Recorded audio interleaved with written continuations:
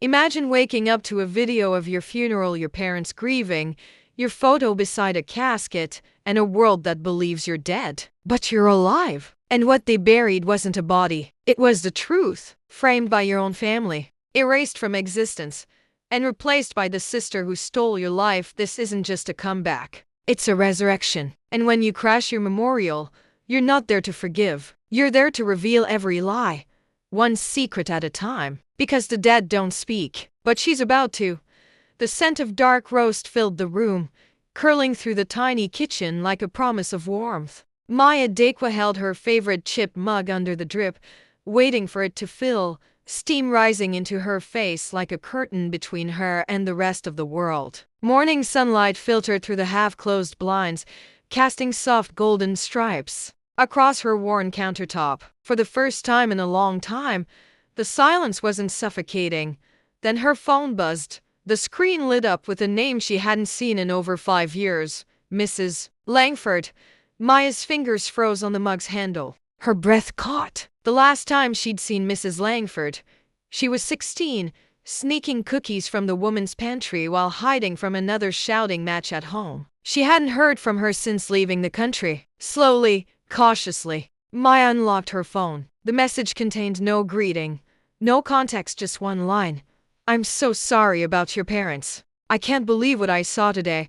Her stomach tightened, nausea creeping in. Maya tapped the attached video. It opened on the interior of a church. Stained glass light bathed the pews in sacred color. The camera zoomed slowly to the podium. 2 figures stood solemnly at the front. Her parents, her mother in black lace and pearls, dabbing her eyes with a tissue. Her father, stony-faced, was reading from a paper. Behind them stood a tall casket, adorned with flowers. Next to it a photo. Her photo. The mug slipped from her fingers and shattered on the floor. Coffee splattered across her slippers. Her eyes blurred. Her father's voice echoed from the phone. She was always a troubled girl, but we loved her. We did everything we could.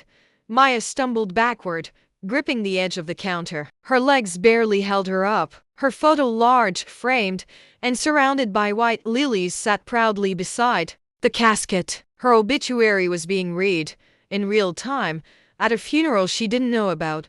Her funeral. She scrubbed the timeline back, watched again, listened. They were calm, performed, practiced. They weren't grieving. They were presenting. Tears burned her eyes, but she refused to cry. Instead, a cold fury rooted itself in her spine. Why? Why would they do this? It had been 3 years since they'd cut her off. 3 years since they'd painted her as a thief. They threw her out like garbage. Since her sister Elena stole $80,000 from the family business and let Maya take the fall. They needed a scapegoat. She was convenient, disposable. Her mother's words that day still haunted her. Better one ruined daughter than 2. Her father hadn't even looked at her. And now this. A funeral. An obituary. A complete digital, legal, emotional erasure. She wasn't just disowned. She was declared dead. She spent the rest of that day in a haze. The video is on repeat. Her hands shook as she typed emails, logged into old accounts, and searched her name. Everything confirmed the same terrifying truth. Her parents hadn't simply turned their backs, they'd buried her alive. Her name was marked as deceased on several platforms. Emails bounced back. Her social security status expired. She tried to laugh, but it came out cracked and jagged. This couldn't be real. But it was. It all led to one conclusion. Someone had faked her death. Legally, officially, on paper and in systems that mattered. But why? That night, Maya pulled out the cardboard box she kept in the back of her closet. Inside, passport copies, lease agreements, work contracts. The proof of a life lived in the shadows, far from home. She hadn't vanished. She had survived. As she reviewed the documents under a dim lamp, she made a decision. She was done hiding. If they wanted her gone, they should have made sure she stayed buried. The next morning, she called her Aunt Rachel. Hello, Aunt Rachel. It's me. It's Maya. A sharp intake of breath, then a click. She called back. Blocked. She tried cousin after cousin. Messages ignored. A few responded with confusion, disbelief. Only one person believed her. Sam, her youngest cousin, the one who used to build Lego castles with her. Maya, are you alive? Yes, I need to know the truth. What did they tell everyone? The typing bubble blinked. For almost a full minute, they said you died in a car crash overseas. Cremation. Closed casket. The bile in her throat rose. She had never owned a car. Digging deeper, she went to the public records office online. Maya Dekwa. Date of death: July 16th. Cause: road accident. Certificate ID: RF91327. She stared at the screen. They forged a death certificate. A paper tombstone. Her head throbbed. She closed her laptop, pressing her fingers to her temples. There had to be more. There had to be a reason. That's when she checked Elena's Instagram. Her sister had recently made it public. White roses, a diamond ring, a smiling fiancé, a wedding. Everyone was there. Aunt Rachel, cousins, even her old piano teacher, everyone but her. One caption stopped her cold. 2. The one daughter who always made us proud. Her father, toasting Elena. Not just forgotten. Replaced. She dug further: business records, financial transfers, the trust fund, the college money, the inheritance, all transferred to Elena. 6 months after Maya's death, they didn't grieve. They cashed in. That night, Maya sat alone on her couch, documents spread before her like weapons. They buried her, but she was alive, and she was coming back. She walked into the law office the next day with a folder so thick it needed 2 rubber bands to hold it closed. The young attorney blinked at the documents. You're challenging your death? She slid the forged certificate forward. I'm not dead, but I plan to haunt them. Later that night, her phone buzzed. A known number. They're holding a memorial for you next Sunday. St. Albans. 3 p.m. Maya stared at the screen. The stage was set. She looked at her reflection in the window, the city behind her shimmering with possibility. They buried her in lies. Now it was time for her resurrection. The cold air bit at Maya's cheeks as she stepped out of the law office, the heavy folder clutched tightly in her arms like a shield. The clouds above her were thick and gray, hanging low over the city, threatening rain. A storm was coming both outside and inside her world, and for once, she wasn't afraid of it. She hailed a cab and slid into the back seat, her mind a whirlwind of thoughts. The lawyer, a young man named Jordan Lane, had seemed stunned by her story but ultimately intrigued. The legal system didn't deal with people coming back from the dead every day. But Maya had what most didn't: proof. Still, proof wasn't everything, especially not when lies had already rewritten the script of her life. Her fingers danced across her phone screen as she drafted an email. To Office of Vital Records, subject: urgent, fraudulent death certificate dispute. Attachments: passport scans, international lease agreements, employment contracts, video link, flight record. She hit send, then stared out the window as the city passed her by in a blur. She wasn't going back to her apartment. Not yet. She had another stop to make. A place she hadn't dared to return to in years. The building hadn't changed. Same dusty red bricks, same crooked mailbox outside apartment 3B. Her name was long gone from the buzzer panel, replaced by a stranger's, but her hand still found the button automatically. She pressed it twice, then stepped back. A voice crackled through. Hello? It's Maya. I'm not here to fight. Silence. Then the door buzzed open. The hallway smelled the same, like old carpet, distant curry, and dust. Maya climbed the stairs slowly, each step echoing the ghost of who she used to be. The door opened before she could knock. A woman stood there, her hair streaked with gray now, but her face still sharp with judgment. Her mother. She looked at Maya like she was seeing a hallucination. Maya. Yes, mother, I'm not dead. Her mother swayed, gripping the doorknob for support. This isn't. Maya raised a hand. Save the theatrics. I'm not here to hug it out. Her father stepped into view, pale and silent. I want to know why, Maya said. Why the lies? The fake funeral? The forged documents? Why? Erase me? Her mother blinked rapidly. You don't understand, Maya. You humiliated this family. We had no choice. No choice? Maya barked out a hollow laugh. You had a choice. You chose Elena. You chose to bury me. Her father cleared his throat. We were protecting the family's reputation by destroying mine. You stole from us. He snapped. I didn't. Elena told us. Elena lied, Maya said coldly. And you knew it. You just didn't care. Her mother's face twisted. It was easier to blame you. People already saw you as the rebellious one, the disappointment. So you buried me. Officially. You even held a memorial. Her mother didn't answer. Her father looked away. Here's what's going to happen, Maya said, her voice sharp and deliberate. I'm going to challenge the death certificate. I'm going to expose the fraud. And I'm going to make sure everyone who came to that funeral knows I'm alive. You wouldn't.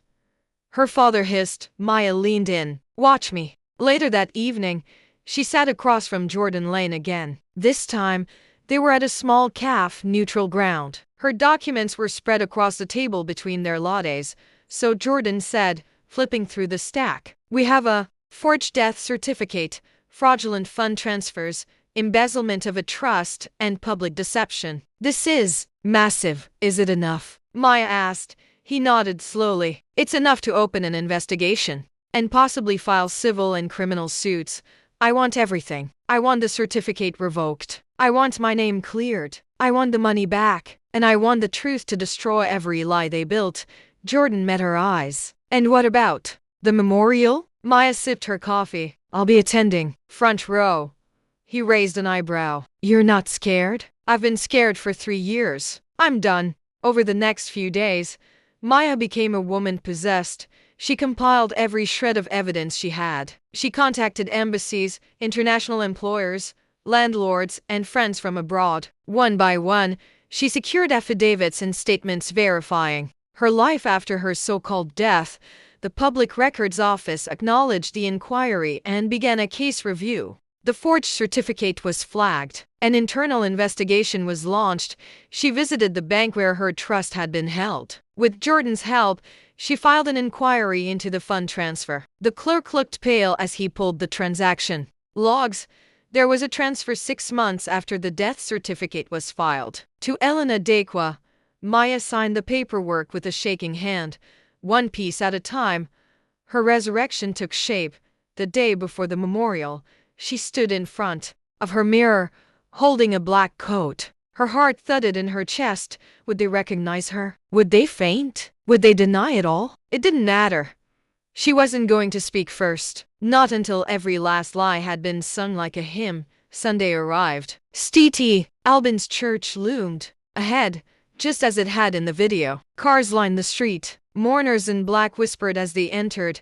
Maya stood across the road, sunglasses hiding her eyes. Her hands were cold, but her heart was burning. At precisely 2:59 p.m., she crossed the street and stepped into her funeral.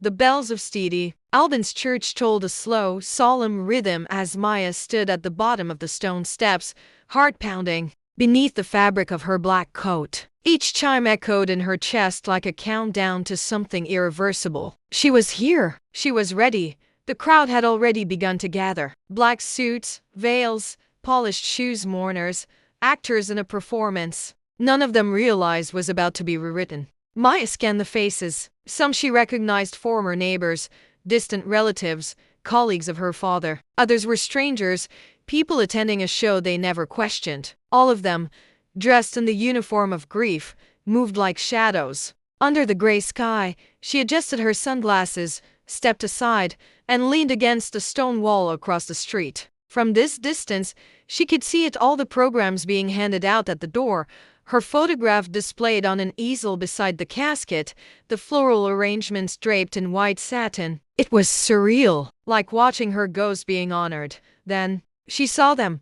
Her mother, walking slowly, was supported by her father. A lace handkerchief was already pressed to her cheek, eyes cast downward. Her father was stiff, drawn in careful lines of solemnity. And then, behind them, the centerpiece of this farce, Elena, dressed in a fitted black dress.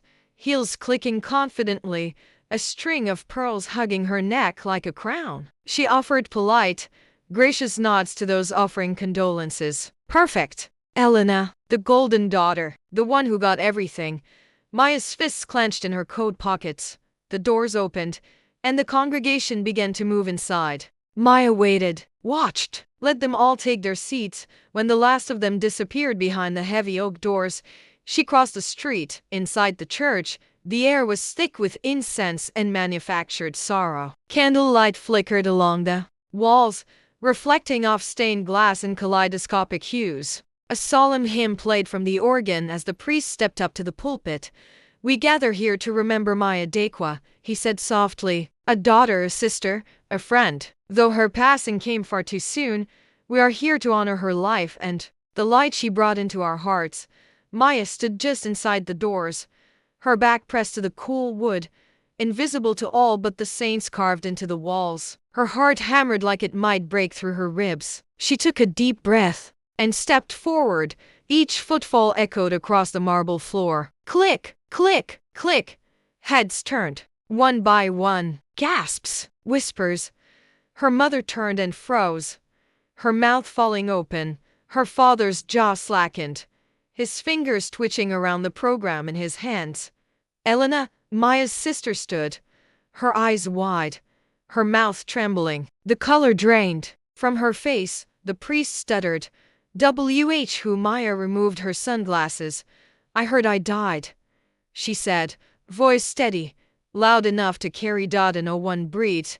She stepped down the aisle, eyes never leaving the altar. Her face stared back at her from the photo above the casket. She passed weeping guests who now stared at her in confusion and fear. Someone dropped a phone. Someone else whispered, "Is that her?" She stopped at the front, turned slowly to face them all. "My name is Maya Dekwa. I am not dead." She pulled a thick envelope from her coat pocket and handed it to the priest. "These are government-certified records, passports, immigration documents, employment, rent. I've been alive, working, surviving, for the last 3 years. Everything my family told you was a lie." The priest looked stunned but took the folder. The first row of guests began murmuring. "I didn't die in a car crash," Maya continued. "There was no tragic accident, no closed casket because my body was too damaged to be seen. I was buried alive on paper, erased, replaced." She turned to her family. Her mother had gone pale, frozen, her father's lips pressed into a hard, white line. Elena stood slowly, her chin rising with fox composure. "You shouldn't be here," she whispered. "I have every right to be here," Maya snapped. "You took my life, my identity, my future, and you used it to build your perfect little world. You stood in front of these people and mourned me while cashing out my trust fund, while marrying a man with my inheritance, paying for your champagne. You were gone," Elena hissed, her mask cracking. "You disappeared. I was exiled," Maya shouted, "because you stole $80,000 and blamed me. And instead of listening to me, they believed you." Eyes turned to Elena. She flinched. A man in the second row raised his phone. The red recording light blinked. "Good," Maya said, nodding toward him. "Film this. The world deserves to know what kind of family fakes a funeral to hide their guilt." She turned to the crowd. "I was never the problem. I was the scapegoat, the sacrifice. They chose convenience over truth, but the truth doesn't stay buried. Not forever." Her father rose. "You don't know what you're doing, Maya. You're destroying everything." "No," she said softly. "I'm revealing everything." She took a deep breath, raised her chin, and stared out at the stunned congregation. "You came here to mourn a girl who didn't die. You're dressed in black. You whispered prayers. You believed in the performance. But I am alive, and today, I bury the lies." Silence. Then applause. It started slowly. A man in the back. Then a woman was near the aisle. One by one, people clapped not for her death, but her return. Maya didn't cry. She had no more tears left for them. She stepped back from the altar, turned on her heel, and walked out of the church, the sound of applause chasing her down the marble corridor. The bells tolled again. This time, not for mourning, for reckoning. Later that night, Maya sat in Jordan's office. The video had gone viral. The funeral confrontation was on every platform. News anchors were calling it the resurrection scandal. Elena had disabled her social media. Her parents had gone silent. But the fraud investigation was gaining speed. Subpoenas were being issued. Maya's trust fund was frozen pending review. The death certificate was officially revoked that morning. You did it, Jordan said quietly. You came back from the dead. Maya looked out the window at the city skyline. No, she said. I never left. They just never wanted to see me.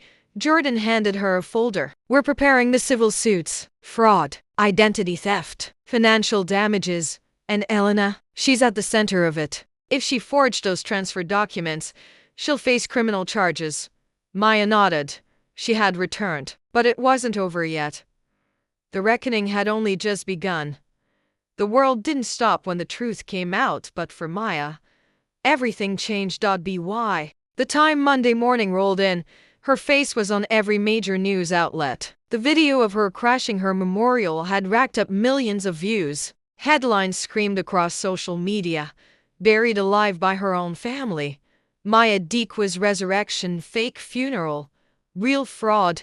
The Dequa family scandal's sister's betrayal or masterpiece deception. The $80,000 lie. Maya watched a news cycle with detached silence. She sat at Jordan's office once more, her coffee growing cold as she scrolled through dozens of articles, comments, and messages from strangers who called her brave, a symbol of surviving family betrayal. But she didn't feel brave. She felt raw, unburied, alive.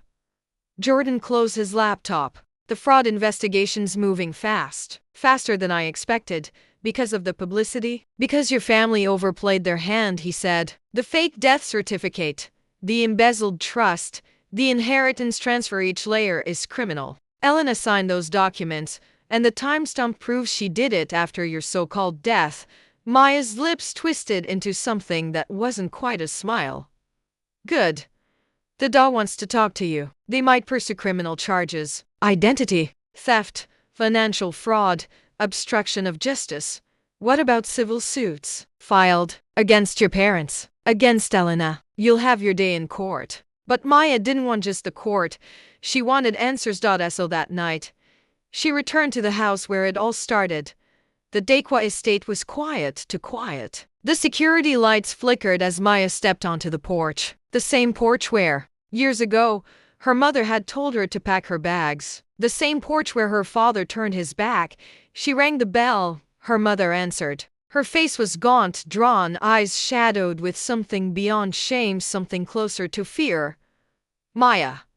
Where's Elena? A voice echoed from inside. She doesn't want to see you. Maya stepped in anyway. The living room was the same. Polished wood, golden curtains, family portraits, though one was missing. Her photo had been removed from the mantel. Again, she found Elena standing by the fireplace, arms crossed, wearing the same pearl necklace from the funeral. Her armor. You've ruined everything. Elena spat. Maya took a step closer. No, you ruined everything when you stole that money and blamed me.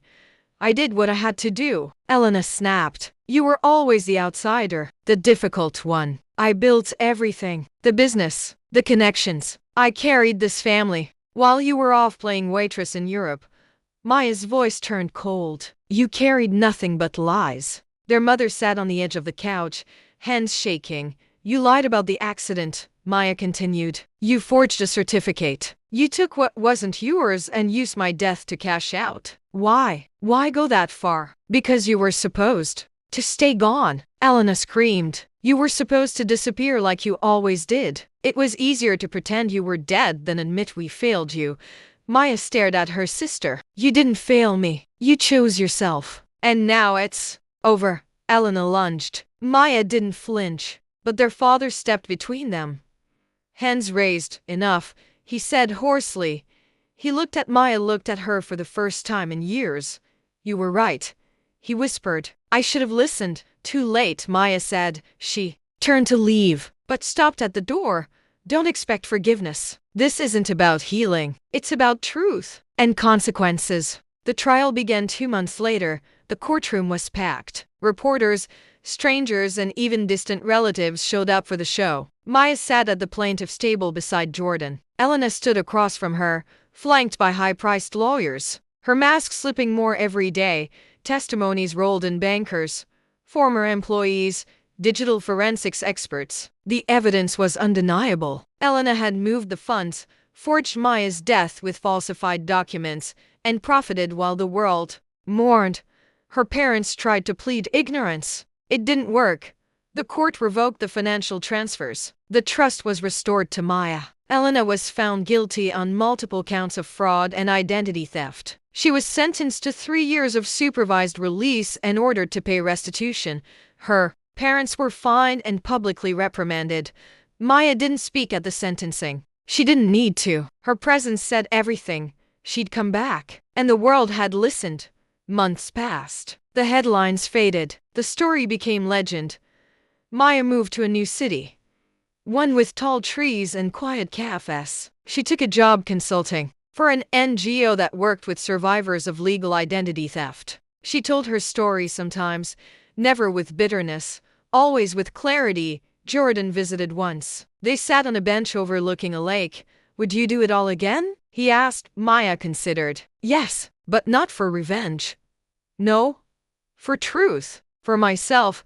She pulled a small envelope from her coat. Inside was a copy of the final court judgment. The declaration that she was legally alive. Officially, permanently. She tucked it back into her pocket. "They tried to bury me," she said, quietly. "But I wasn't the one who died."